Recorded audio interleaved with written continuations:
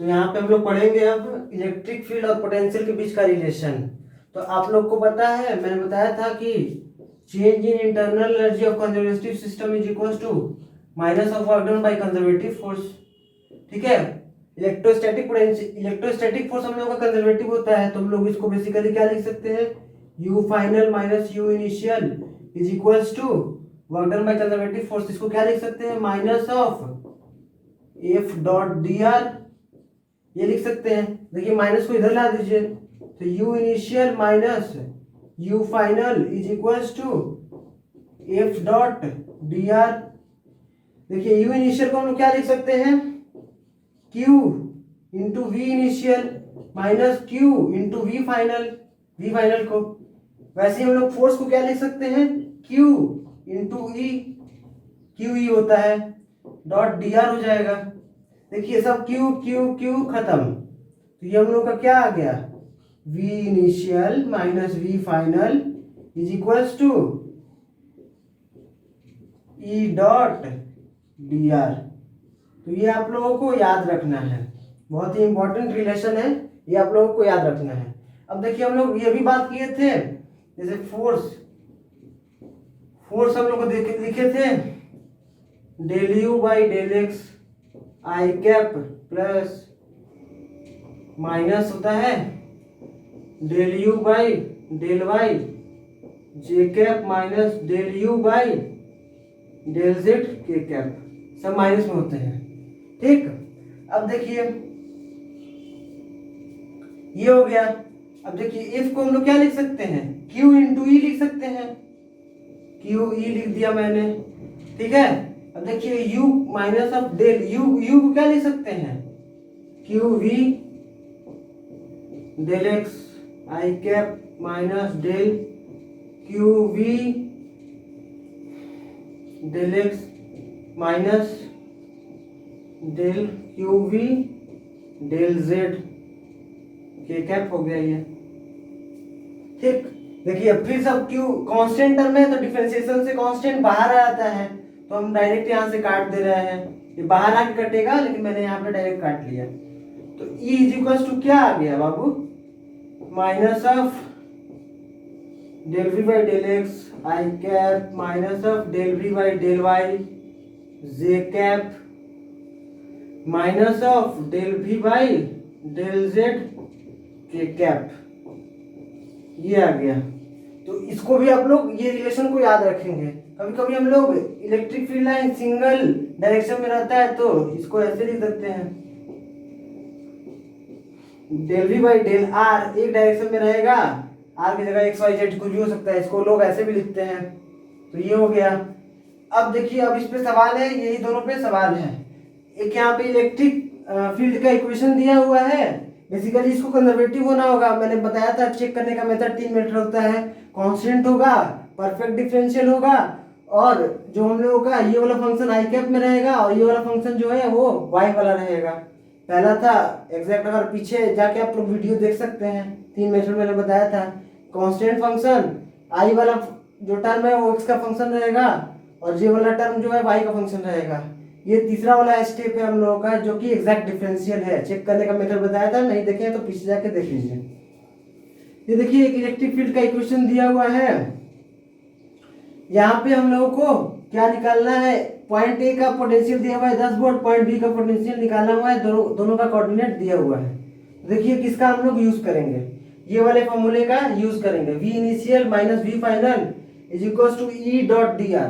देखिए D R हम लोग क्या लेंगे, बेसिकली प्लेनर इलेक्ट्रिक फील्ड है, आई कैप और जे कैप में है, तो डी आर ले लीजिए, D x I cap D Y J cap, ये ले लिए। तो v initial minus v final करेंगे, तो v इनिशियल a है 10 माइनस v फाइनल v भी है, ये मैंने लिख दिया यहाँ से। अब देखिए e डॉट डी आर कीजिए, e डॉट डी आर करेंगे तो आई कैप वाला टर्म इसमें चला जाएगा, जे कैप वाला टर्म इसमें चला जाएगा, तो 3x square Y square D X plus 2x cube Y D Y. अब देखिए इसको, ये मेन प्रॉब्लम है कि अब ये इंटीग्रेशन सॉल्व कैसे होगा।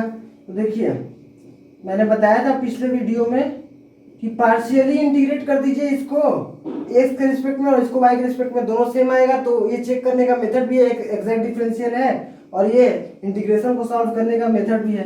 देखिए मैं इसको पार्शियली इंटीग्रेट कर रहा हूँ, तो क्या करूँगा इंटीग्रेट, तो ये आ जाएगा एक्स क्यूब वाई स्क्वायर आ जाएगा, वाई कांस्टेंट माना, ठीक है। इसको मैं ऐसे लिख सकता हूँ D of X cube by Y square, इसको भी करेंगे तो वही आएगा X cube Y square by two, two two cut जाएगा, यही आ गया सेम इक्वेशन।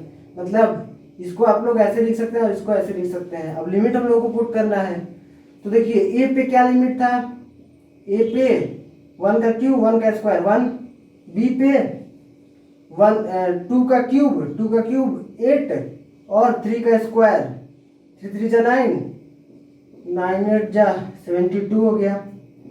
अब इसको सॉल्व करेंगे तो वी भी आ जाएगा -61 वोल्ट। देखा ये सब कितने इंपॉर्टेंट होते हैं, ये दोनों फॉर्मूला याद रखिएगा, नीट वाले भी याद रखेंगे इसको, बहुत इंपॉर्टेंट है। तो चलिए हम लोग नेक्स्ट सवाल की तरफ आगे बढ़ते हैं।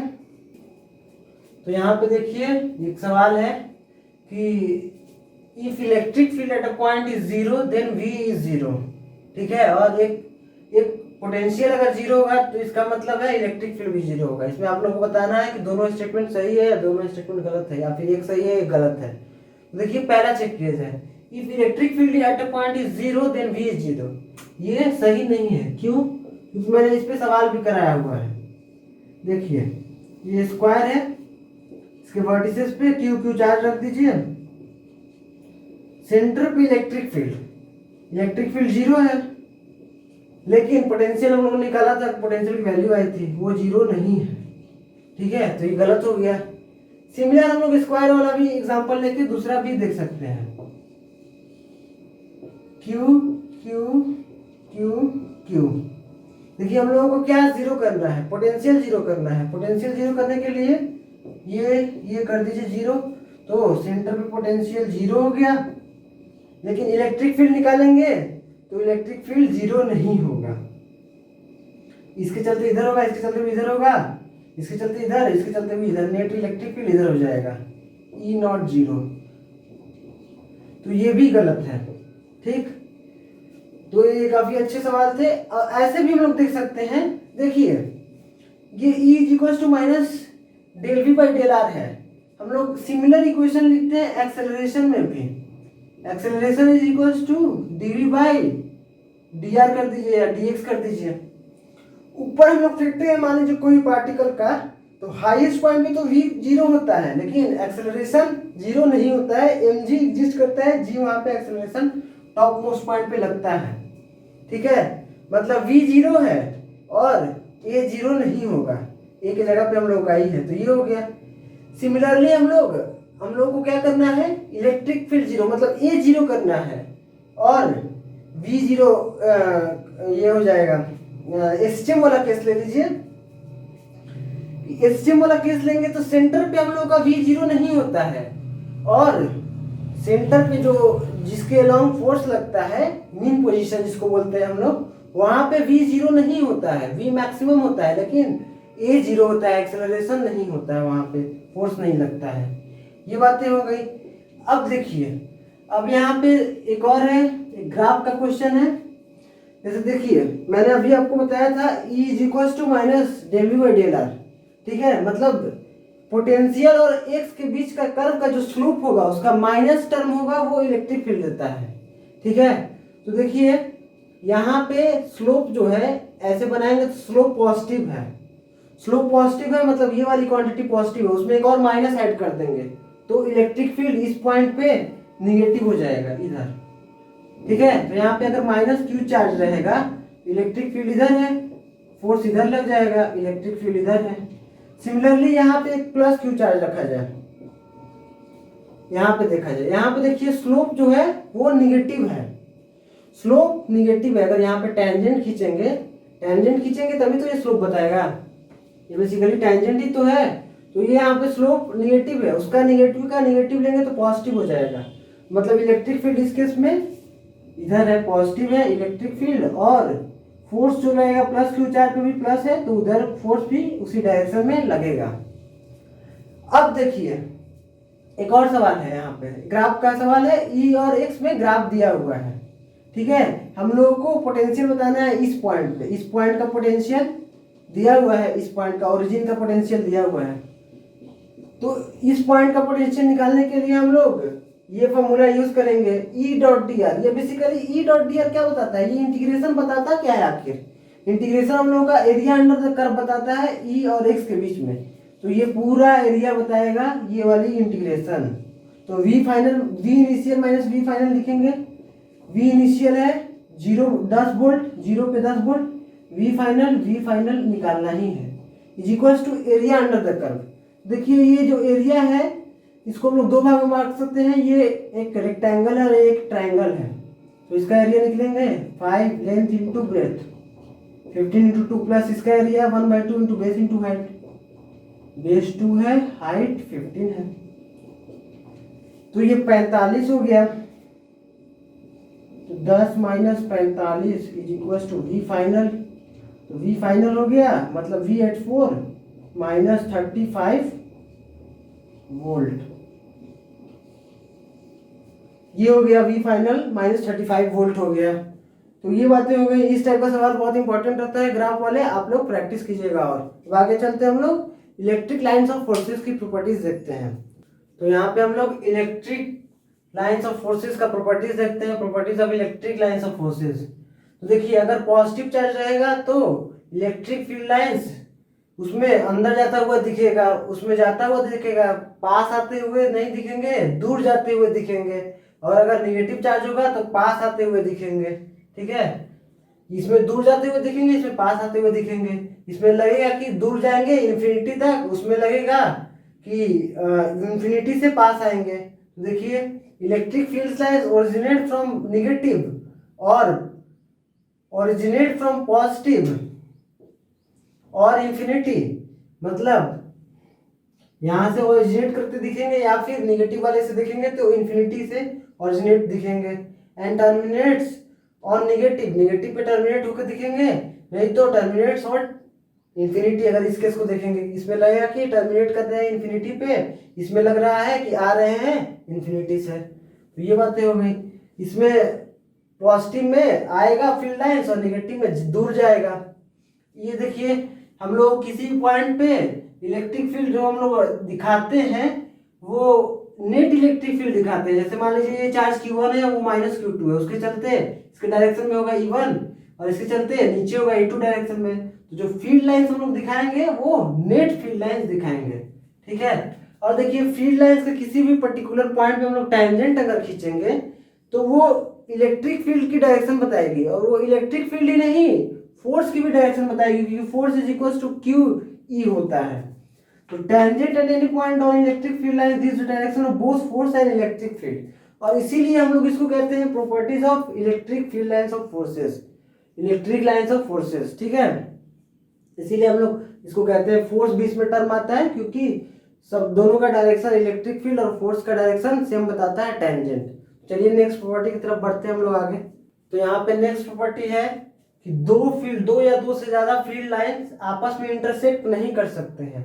अगर करेंगे कि उस पॉइंट पे पिछले वाले प्रॉपर्टी के हिसाब से अगर टेंजेंट खींचेंगे तो दो टेंजेंट पॉसिबल हो जाएगा और फील्ड की उस पर्टिकुलर पॉइंट पे इस पर्टिकुलर पॉइंट पे दो डायरेक्शन हो जाएगी जो कि पॉसिबल नहीं है। मतलब फील्ड लाइंस कभी भी एक दूसरे को क्रॉस नहीं करेंगे, कट नहीं करेंगे। अब देखिए फील्ड लाइंस जो होता है उसकी इंटेंसिटी, इलेक्ट्रिक फील्ड की इंटेंसिटी फील्ड लाइंस पे डिपेंड करती है। जहां फील्ड लाइंस की डेंसिटी ज्यादा रहेगी वहां पे इलेक्ट्रिक फील्ड ज्यादा रहेगा। देखिए यहाँ पे पॉइंट ए है, यहाँ पे हम लोगों को फील्ड लाइंस की डेंसिटी ज्यादा दिख रही है in comparison to point B. तो ऐसा ही होगा और वाइस वर्सा भी इसके जस्ट अपोजिट भी होगा। जहाँ कम रहेगा वहां पे इलेक्ट्रिक फील्ड इंटेंसिटी कम रहेगी। तो ये प्रॉपर्टी हो गई। अब देखिए फील्ड लाइंस जो है वो कभी भी लूप में नहीं रह सकता है। लूप में नहीं रह सकता है, क्यों नहीं रह सकता है कि अगर लूप में अगर रहा तो हम लोग का जो फील्ड है वो कंजर्वेटिव नहीं रहेगा। बेसिकली हम लोग वर्क डन निकालेंगे तो एफ डॉट डी आर निकालेंगे, एफ डी आर। देखिए तो एफ डी आर निकालेंगे, एफ डी आर को हम लोग लिख सकते हैं Q E dot D R. E और डी आर हरदम एक दूसरे के पैरेलल हैं, तो ई डी आर डायरेक्टली हम लोग इसको लिख सकते हैं क्यू ई और डी आर का इंटीग्रेशन 2πr। जबकि कंजर्वेटिव फोर्स में सर्कुलर लूप में वर्क डन 0 होता है, तो ये 0 के बराबर नहीं आया। तो अगर सर्कुलर लूप हो जाएगा तो हम लोग का फील्ड कंजर्वेटिव ही नहीं रहेगा, तो ये भी पॉसिबल नहीं है। तो ये सब याद रखिएगा। और एक प्रॉपर्टी है, बहुत इंपॉर्टेंट प्रॉपर्टी है, कि अगर field lines, number of field lines originating और terminating is directly proportional to magnitude of field, मतलब जहां पे ज्यादा फील्ड लाइंस रहेंगी वहां पे इलेक्ट्रिक फील्ड की मैग्नीट्यूड ज्यादा रहेगी, इंटेंसिटी ज्यादा रहेगी। जहां पे कम फील्ड लाइंस हम लोगों को दिखेगी वहां पे मैग्नीट्यूड कम रहेगा इलेक्ट्रिक फील्ड का। एक्चुअली फील्ड लाइंस दिखती नहीं है, ये सब अदृश्य चीज है। हम लोग बस बना लिए हैं, जैसे भगवान को नहीं देखे हैं, बस मूर्त बना लिए हैं कि ऐसे भगवान दिखते होंगे, वैसे ही इलेक्ट्रिक फील्ड लाइंस भी अदृश्य है, दिखते नहीं है, फिर भी हम लोग उसके बारे में पढ़ते हैं। तो आज के लिए बस इतना ही। आज का ये प्रॉपर्टी ख्याल रखिएगा, इस पर हम लोग सवाल करेंगे नेक्स्ट टर्म में। तो हम लोग मिलते हैं नेक्स्ट टर्म में। Thanks for watching.